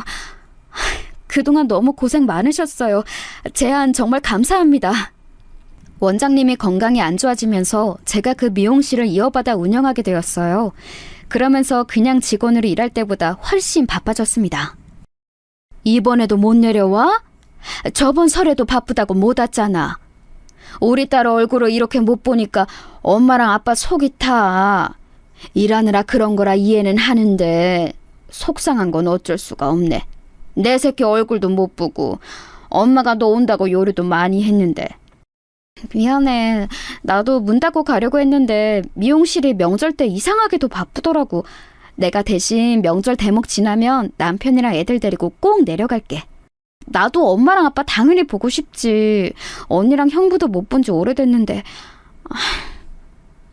너 미용실하고 얼굴 너무 못 빼서 우리 딸 얼굴 엄마가 다 까먹겠다. 아니면 엄마랑 아빠가 보러 올라갈게. 원래 아쉬운 사람이 우물 파는 거야. 너 좋아하는 참조림이랑 밑반찬 만들어서 갈게. 아니야. 거기서 서울까지 언제 올라오려고. 됐어. 내가 진짜 꼭 내려갈 테니까 걱정하지 마. 엄마, 나 손님 왔다. 이따 또 전화할게. 미안해. 미용실이 일이 바빠지며 친정에도 잘 내려가지 못했어요. 실제로 거리가 멀어 안 그래도 친정은 명절 때나 되어야 내려갔는데 원장이 되니까 책임감이 생겨 더 내려가지 못했죠. 부모님도 그립고 제 고향이 그리워서 언제는 혼자 미용실에서 일하다 울기도 했답니다. 남들은 남편 하나 잘 만나서 평생 행복하게 고생이라고는 전혀 모르고 사는 사람도 많던데 제 인생은 왜 이런가 싶었죠. 시어머니 복도 없어서 저 모양이고 속상한 마음도 당연히 들었습니다. 하지만 한편으로는 제가 돈을 버니까 아쉬운 입장이 전혀 아니니까 좋기도 했어요. 그러면서 더 돈을 버는 것에 힘을 쏟았습니다. 미용실은 일주일에 딱 하루만 쉬었는데 그날도 저는 혼자 출근해서 청소하고 재료 주문을 하느라 바빴어요. 덕분에 돈은 많이 벌었는데 아이들에게 신경을 많이 써주지 못해서 미안했습니다. 우리 아들 오늘 졸업식이지? 엄마가 시간 나면 꼭 들를게. 졸업 축하해. 아빠가 이따 꽃다발 들고 갈 거야. 저녁에 우리 재영이가 좋아하는 패밀리 레스토랑 갈까? 가서 먹고 싶은 거 다 시켜. 엄마, 나는 진짜 괜찮아. 아빠가 대신 오잖아. 엄마는 바쁘니까 어쩔 수 없는 거 알아. 아유, 우리 아들 누구 닮아서 이렇게 속이 깊어? 이해해줘서 고마워. 엄마가 대신 용돈 챙겨줄게. 이걸로 친구들하고 떡볶이 사 먹어. 알겠지? 아이들의 입학식이나 졸업식에도 잘 참여하지 못했어요. 그렇게 일하니까 돈은 많이 벌어서 좋기는 했습니다. 무엇보다 밖에 있으니 시어머니의 시집살이를 온전히 당하고만 있지는 않아서 좋았고요. 시간이 지나고 어느덧 장남은 대학생이 되었습니다. 딸과 달리 아들은 공부를 매우 잘했어요. 고등학교 때는 전교회장도 하고 아주 우수한 성적으로 학교를 졸업했습니다. 원장님, 이번에 아들 명문대 합격했다며? 아유, 좋겠어. 아들이 그렇게 조용하고 사고 안 치는 것도 부러운데 전교회장의 명문대까지 다 가졌네. 우리 아들도 원장님 아들처럼 모범생이면 얼마나 좋을까. 아유, 맨날 PC방에 가서 게임하게 바빠. 그래도 창준이가 저번에 보니까 되게 밝고 인사성도 좋던데 뭘. 축하해줘서 고마워요. 아들 덕분에 단골 손님들의 부러움도 한 몸에 받기도 했어요. 아들은 제 인생의 자랑거리였습니다. 아들이 대학에 가고 나서 한 가지 일이 발생했는데 바로 시어머니가 아프기 시작했어요. 시어머니에게 좋은 감정이 가득하진 않았지만 그래도 미운 정이라는 게 있잖아요. 사람이 아프다고 하니까 마냥 모른 척을 하기도 그렇더라고요. 병원비가 만만치 않았는데 그 병원비를 제가 아무 소리 않고 다 내주었어요. 시어머니는 제가 병원비를 다 낸 것을 알고 저에게 싫은 소리를 전혀 하지 않더라고요. 그 모습이 웃기기도 하고 한편으로는 씁쓸한 감정도 들었죠. 심지어 아프고 나서 시어머니는 저에게 고맙다는 말도 하기 시작했어요. 사람이 죽을 때가 되니 심경에 변화가 생겼나 보더라고요. 그렇게 몇 년의 투병 끝에 시어머니는 돌아가시게 되었습니다. 미안하다. 내가 너 결혼하고 초반에 뭐라 했던 거 용서해라. 미안하다. 어머니, 저 다 잊었으니까 편안히 가세요. 용서할 테니까 우리 저승에서는 웃는 얼굴로 봐요. 편안히 눈 감으세요. 괜찮아요. 시어머니는 돌아가시기 전에 저에게 미안하다고 말하고 가셨어요. 그 모습을 보며 저는 속으로 만약 며느리가 생긴다면 이렇게 나중에 후회하지 말고 처음부터 잘해줘야겠다 생각했습니다. 시어머니가 돌아가시고 딸도 대학에 입학하니까 저는 급격하게 고향이 그리워지기 시작했어요. 그동안 혼자 밖에서 일하며 돈 버느라 바빠 친정 부모님의 얼굴을 제대로 본 적도 없었거든요. 시어머니가 돌아가신 후로 부모님께 더 잘해야겠다고 생각하기도 했고요. 그래서 남편에게 진지하게 고향에 내려가고 싶다고 했더니 남편은 특유의 성격답게 그러자고 하더라고요. 뭐라고? 어머머, 이게 무슨 반가운 소리야? 그럼 최서방하고 같이 내려오는 거야? 아예 내려온다고? 아이고, 살다 보니까 이런 일도 생기네. 엄마랑 아빠는 너무 좋지. 우리 딸 얼굴 보는 게 무슨 연예인 보는 것처럼 힘들었는데. 아니, 근데 그러면 애들은? 서울집은 어떻게? 서울에 있는 이 집은 그대로 두고 남편하고 내려가서 새로 집 얻어야지. 애들이 대학생이라 이 집을 팔면 애들이 잘 곳이 없어. 여기 생활 정리하고 전화 또 할게. 그럼 그때까지 조금만 기다려요. 저는 그렇게 서울에 있는 미용실을 정리하기 시작했어요. 오래 일해서 단골이 대부분이었는데 참 시원섭섭하더라고요. 그래도 고향에 내려가는 거라 기분이 좋았습니다. 엄마한테 말한 것처럼 서울에 있는 집은 아이들의 통학을 위해 두고 내려가기로 결정했어요. 그 집은 제가 미용실을 운영하며 열심히 번 돈으로 제 명의로 매매한 집이었습니다. 아들과 딸이 둘 다 집과 가까운 대학을 다녔기 때문에 저와 남편만 내려갔죠.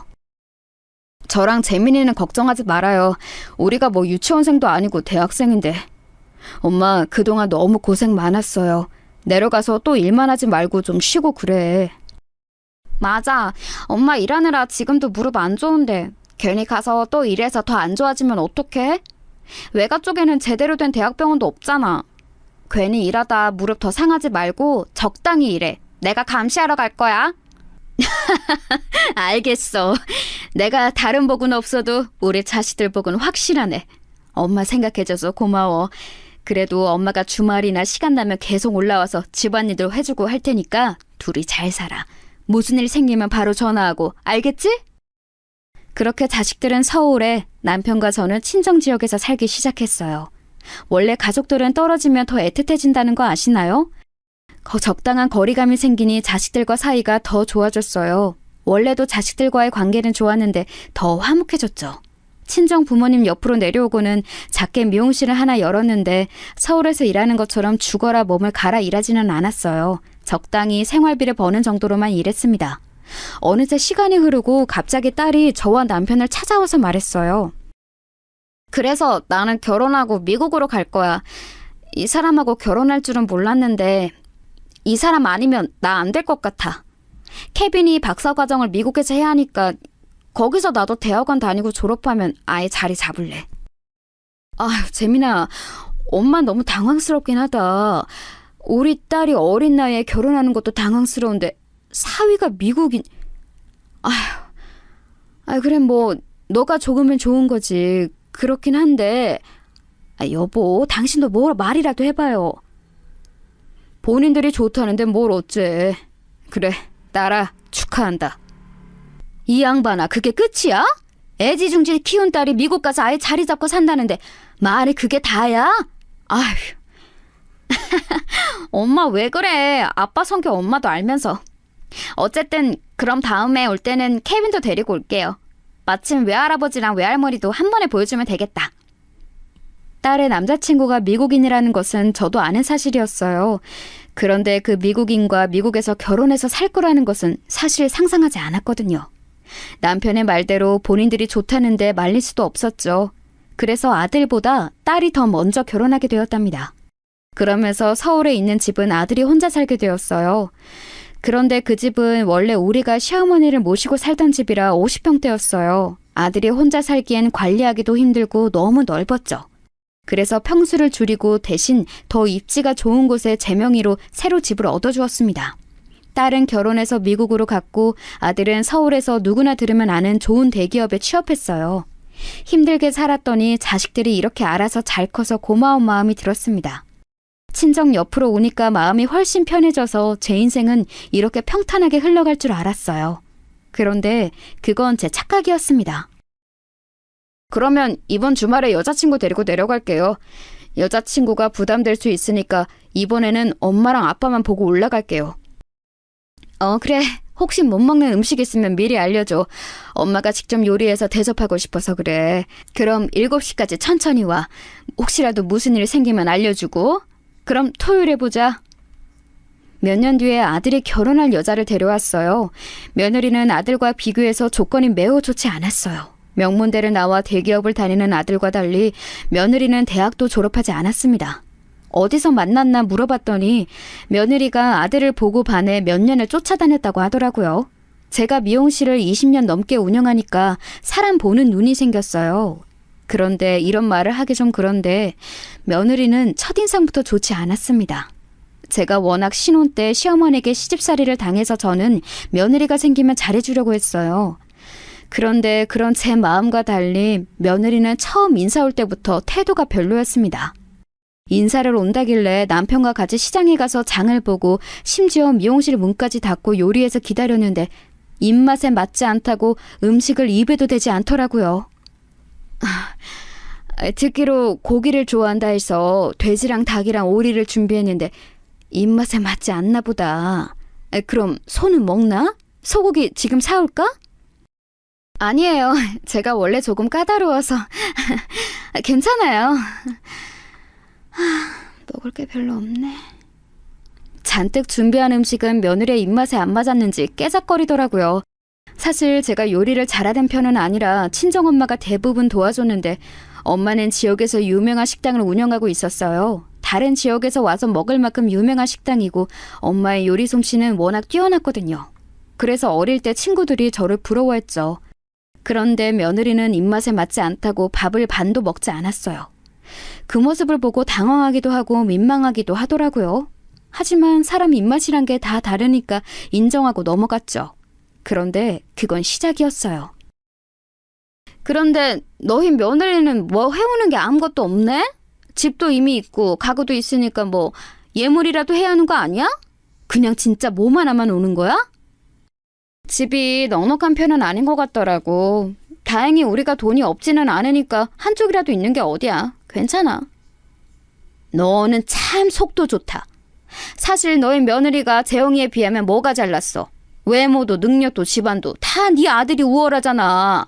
뭐가 부족해서 그런 사람하고 결혼을 시켜? 아유, 언니, 아들이 좋다잖아. 어떡해? 나는 그리고 쟤네 결혼에 크게 신경 쓰고 싶지 않아. 본인들이 좋으면 된 거지.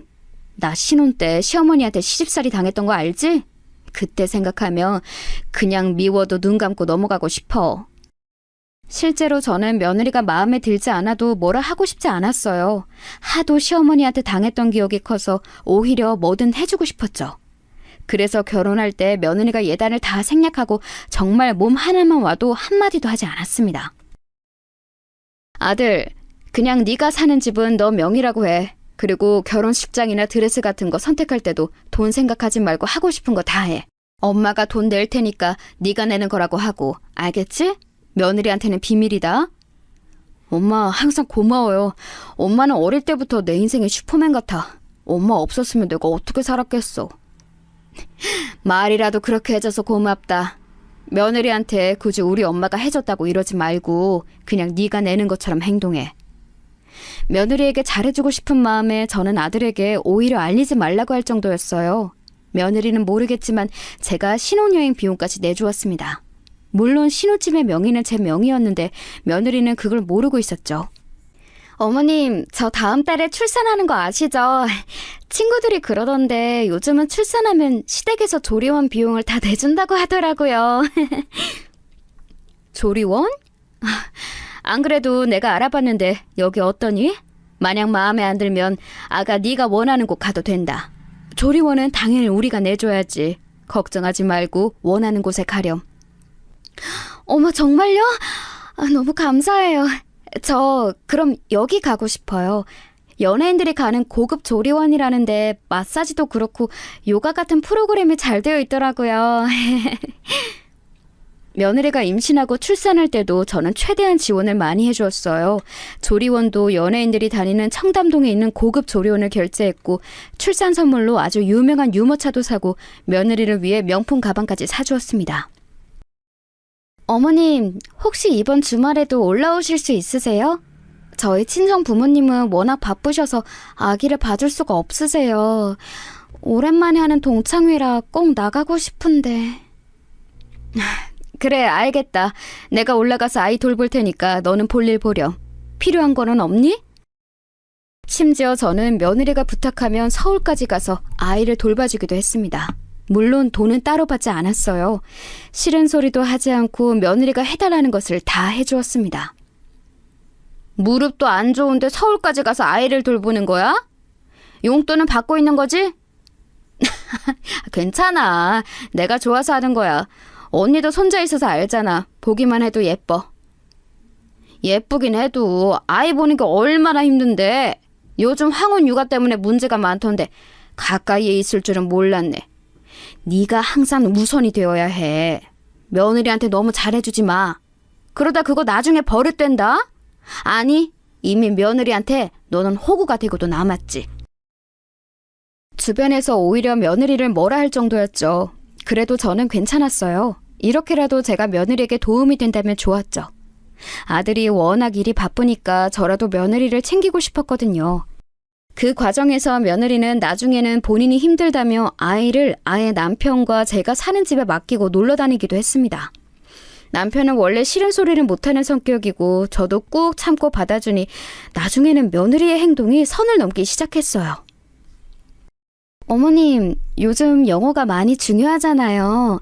마침 아가씨가 미국에 있으니까 우리 지원이 미국에 보내고 싶은데 어떻게 안 될까요? 초등학교를 미국에서 나오면 어릴 때 가는 거라 평생 영어로 먹고 살 수 있다고 하더라고요. 아예 지원이를 미국에 보낸다고? 그럼 너랑 아들은 한국에 남고? 네, 아가씨가 미국에 있으니까 괜찮지 않을까요? 지원이 유치원 선생님이 지원이가 영어에 재능이 있다고 하더라고요. 재능 있는데 한국에서 키우는 것도 아이한테 못할 짓 같아서요. 어머님이 말씀 잘해주세요. 심지어 며느리는 손자를 미국에 보내고 싶어 했어요. 사실 해외에 가족이 있는 분들은 아실 텐데 오히려 가까울수록 이런 부탁을 하기가 조심스러워요. 며느리의 부탁에 딸에게 얘기를 꺼냈는데 딸은 달가워하지 않았습니다. 그도 당연한 것이 딸과 사위는 미국에서 박사 과정을 밟고 있었고 일부러 자식도 안 가지고 있었거든요. 그런데 조카가 와서 같이 생활하면 누가 좋아하겠어요? 대신 엄마가 너의 생활비는 부족하지 않게 챙겨줄게. 그러니까 돈 걱정은 하지 말고 네가 원하는 거 다 먹고 가지면서 살아. 이걸로 새언니나 오빠한테 뭐라 하지는 말고, 응? 엄마, 엄마 부탁이니까 그렇게 하긴 할게. 그런데 새언니도 참 너무하긴 해. 뭐라 할 생각은 없지만 엄마가 처음으로 나한테 부탁하는 거라 들어주긴 할 건데 어떻게 자기 어린 자식을 이렇게 무책임하게 다른 나라에 혼자 보내? 애 생각은 안 한대? 지원이가 영어에 재능이 있대. 그 사위랑 지금 사는 집보다 넓은 곳으로 가. 엄마가 적금 이번 달에 만료되니까 그거 보내줄게. 지원이한테 드는 돈 부족하면 언제든지 말해. 알겠지? 실제로 손자를 미국에 보내면서 저는 예전에 죽어라 일해서 들어놓은 적금까지 딸에게 주었어요. 혹시 모를 이런 경우를 대비해 들어놓은 적금이었죠. 결국 며느리가 원하는 대로 손자를 미국까지 보낼 정도로 저는 며느리가 원하는 것을 다 들어주었습니다. 이런 행동은 시어머니처럼 행동하지 말아야겠다는 마음과 동시에 워낙 자식들을 키우며 제가 바빴잖아요. 그래서 그때 들었던 미안한 마음을 만회하고 싶은 마음도 있었어요. 해줄 수 있는 것은 다 해주었습니다. 어머니, 제가 몸이 안 좋아서 이번 명절에는 못 갈 것 같아요. 남편도 바쁜 것 같고 이번에는 서울에서 조금 쉴게요. 그러니?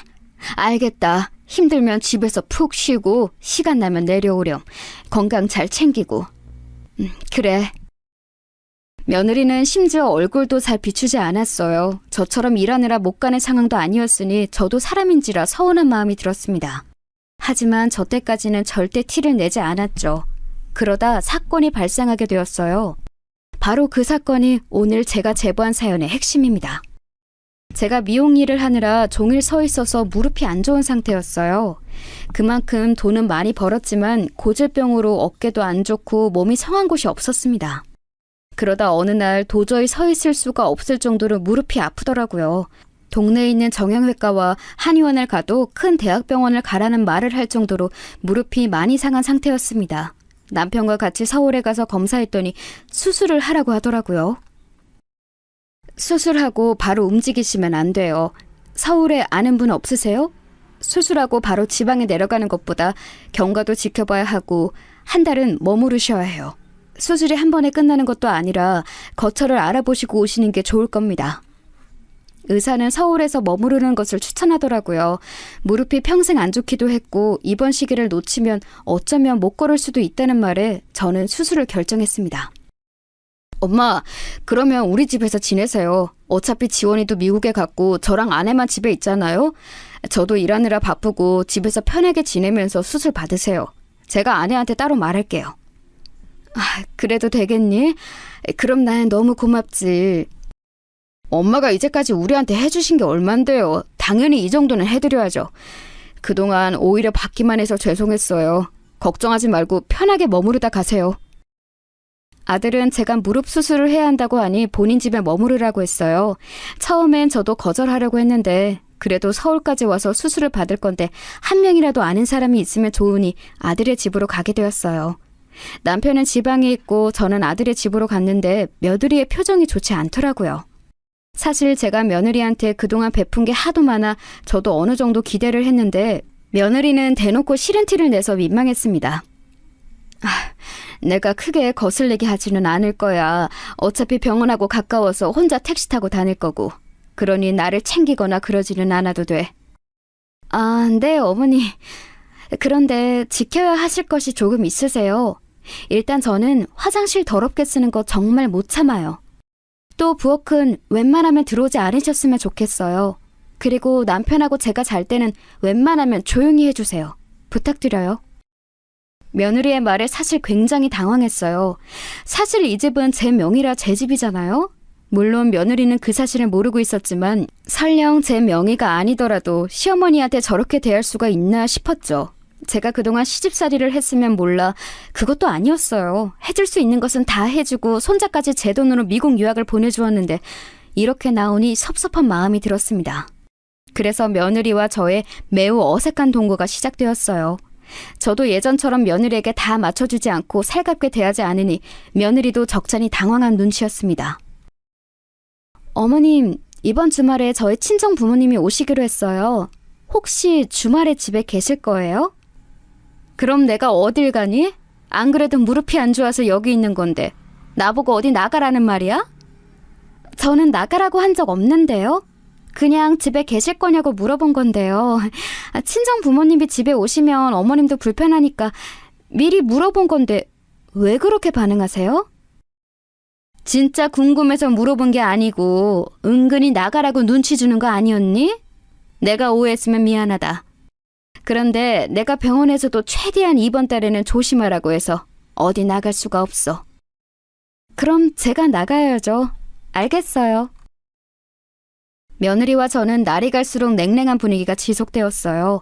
아들은 워낙 바빠 집에 오면 자기 바빴는데 차라리 아들과 둘이 있으면 마음이 편했습니다. 속으로 며느리가 얄밉게 행동할 때마다 저도 사람인지라 이 집은 내 집이고 돈도 내 아들이 벌어오는 돈이라는 생각이 들었죠. 하지만 굳이 이런 생각을 입 밖으로 내지는 않았습니다. 엄마, 아니, 지원이가 적응을 잘 못하는 것 같아. 사실 남편이랑 나랑 둘이 우리 몸 건사하기도 힘든데 지원이 때문에 신경 써야 하는 게 조금 부담이 되는 것은 사실이거든. 그래? 그럼 내가 며느리한테 말해볼게. 안 그래도 너랑 사위한테는 고맙고 미안한 마음밖에 없다. 설상가상으로 미국에 간 손자는 적응하지 못하고 있었어요. 그도 그럴 것이 어린 나이에 혼자 부모 없이 다른 나라에 가서 사는 게 쉬운 일은 아니잖아요. 그래서 며느리에게 조심스럽게 얘기를 꺼냈더니 매우 예민하게 반응하더라고요. 한 번에 적응을 잘하는 게 더 어렵죠. 그냥 아가씨가 우리 지원이 한국으로 보내고 싶어서 그런 거 아니에요? 지원이가 저랑 얘기할 때는 적응 잘하는 것처럼 얘기하던데요? 아무래도 엄마한테 직접적으로 말하기는 힘들 수도 있지. 아이가 혼자 미국에서 엄마 없이 생활하는 게 쉬운 일은 아니잖니. 혼자 힘들어할 수도 있단다. 그러면 지원이 다시 한국으로 부르자는 말씀이세요? 그럴 거면 처음부터 미국에 보내라고 하지 말지 그러셨어요. 겨우 가서 적응하려고 하니까 다시 데리고 오고 아이 정서에도 좋지 않아요. 일부러 그러는 게 아니고 지원이 때문에 딸하고 사이가 불편하니까. 아휴, 알겠다. 며느리가 너무 예민하게 반응해서 결국 손자는 미국에 그대로 머무르게 되었습니다. 이 사건 이후로 며느리는 더 저에게 쌀쌀맞게 대하기 시작했어요. 그러다 사건이 하나 발생했는데 제가 무릎 수술을 무사히 마치고 집에 내려갈 준비를 할 때였어요.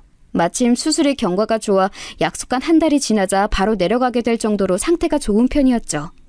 남편에게 사실을 알리고 집에 갈 생각에 기분이 좋았는데 며느리가 어느 날 아침에 저를 거실로 부르더니 기가 막힌 얘기를 시작했습니다. 어머니, 이번 주말에 내려가시죠. 그동안 고생하셨어요. 이거는 어머니가 우리 집에 한 달간 계실 동안 쓰셨던 내역이에요. 간병비랑 생활비, 기타 등등 다 합쳐서 저한테 1,000만 원 주시면 돼요. 뭐? 이게 뭐니? 설명을 자세히 해봐. 지금 나한테 1,000만 원을 너한테 주라는 말이야? 제가 그동안 어머님 집에 계실 때 청소랑 빨래도 배로 하고 요리도 더 하고 쓴 시간과 돈을 계산해봤어요. 그랬더니 이 정도 나오더라고요. 사실 돈이 더 들었을 텐데 그래도 어머님이니까 1,000만 원으로 계산할게요. 순간 저는 피가 식는 기분이 들었습니다. 그동안 며느리가 아들과 결혼하고 제가 며느리에게 선물을 준 돈만 해도 1,000만 원보다 훨씬 많은 돈이 들어왔거든요. 당장 며느리가 사는 이 집만 해도 제 명이었죠. 이 밖에도 며느리 생일이라고 주었던 명품 가방이나 각종 용돈, 그리고 손자 유학비까지 생각하니 괘씸해서 열이 오르기 시작했습니다. 사람이 참으니까 호구로 봐도 너무 심한 호구로 보더라고요. 이게 진짜 참으니까 내가 호구로 보여? 1,000만 원? 내가 그동안 너한테 준 돈이 얼만데 이걸 나한테 요구해? 네가 지금 제정신이니? 제정신 맞고요. 어머님이 머무르면서 제가 쓴 시간과 돈은요? 저도 할 만큼 했잖아요. 그리고 그렇게 받는 것을 원하면서 주신 건 줄은 몰랐네요. 그렇게 따지면 이 집은 내 명이야. 너 내 집에서 당장 나가. 그동안 참고 참았는데 해도 너무하네. 청구서? 이게 무슨 망언이야? 너 딱 기다려. 내가 결혼하고 쓴 돈들 다 청구할 거야. 네? 지금 뭐라고 하셨어요? 이 집이 어머님 명의라고요? 일부러 아들한테 알리지 말라고 했는데 네가 괘씸하게 이렇게 나올 줄은 몰랐지. 이건 내 집이야. 1,000만 원이 아니고 너는 나한테 몇 억을 줘야 해. 지금 줄 거 아니면 당장 나가. 경찰에 신고해서 주거 침입죄로 쫓겨나기 싫으면 당장 나가.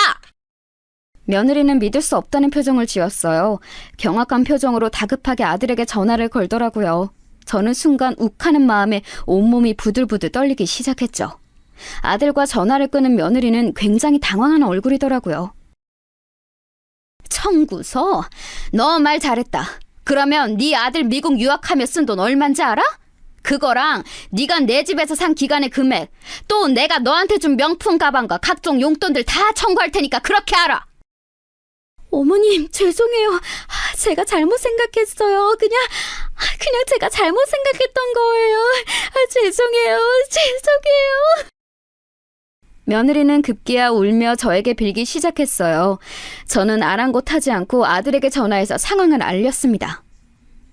내가 내 집에서 머무르는 것도 이렇게 눈치를 봐야 하는 거니? 한 달 집에 있었다고 나한테 청구서를 내미는 미친 며느리를. 나는 둘 생각 없다. 너도 짐 싸서 오늘 안에 네 아내 데리고 나가. 미국에 있는 네 아들도 한국으로 보낼 테니까 알아서 해라. 어머님, 죄송해요. 제가 잘못했어요. 아들에게 전화해서 따지니 며느리는 제 바지가랑이를 붙잡고 빌기 시작했어요. 저는 그런 며느리가 꼴도 보기 싫더라고요.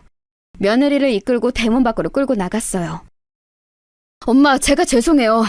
저도 아내가 저렇게 엄마한테 미친 짓을 할 줄은 몰랐어요. 죄송해요. 제 앞에서는 항상 엄마한테 잘하는 척 연기해서 이렇게 행동할 줄은 전혀 몰랐어요. 아들도 전화로 저한테 계속 죄송하다고 하고 며느리는 문 밖에서 한참을 죄송하다고 하더라고요. 그렇게 저는 아들이 퇴근할 때까지 며느리를 집에 들어오지 못하게 막았습니다. 퇴근한 아들과 들어온 며느리는 저에게 무릎 꿇고 사정하기 시작했어요. 당신 제정신이야? 우리 엄마가 그동안 당신한테 해준 게 얼만데 사람이 이래도 되는 거야? 나는 당신이 이런 사람인 줄 몰랐어. 이럴 거면 이혼해! 아니야, 내가 잘못했어. 어머님, 제가 죄송해요. 제가 다 잘못했어요. 저 다시는 안 그럴게요. 한 번만 봐주세요. 그동안 내 앞에서는 그렇게 우리 엄마한테 잘하는 척 하더니 그게 다 가식이었다는 거잖아. 나 소름 끼쳐. 어떻게 이럴 수가 있어? 여보, 진짜 오해야. 어머님, 제가 진짜 잘못했어요. 저 이혼당하면 못 살아요. 제발 봐주세요. 어머님, 제발요. 아들이 이혼하자는 얘기를 꺼내자 며느리는 더 납작 엎드려서 빌기 시작했습니다. 마음 같아서는 그대로 이혼시키고 제가 며느리에게 베푼 돈을 다 받고 싶었어요. 하지만 아들을 보니 마음이 또 약해지더라고요. 그리고 무엇보다 손자가 걸리더라고요. 미국에서 공부하느라 정신없을 텐데 부모가 이혼하면 어쩌겠어요. 결국 지금은 이혼 상태는 아닌데 며느리가 한 번만 더 선을 넘으면 언제든 이혼하기로 한 상태입니다. 그 이후로 며느리는 꼬박꼬박 저에게 전화도 하고 바쁘다는 핑계로 오지 않던 우리 집도 자주 찾아오고 있어요. 어머님, 제가 어머님 좋아하시는 홍시 사왔는데 드셔보시겠어요? 그리고 이건 백화점에서 산 홍삼이에요. 어머님 기록 약해지시면 안 되니까.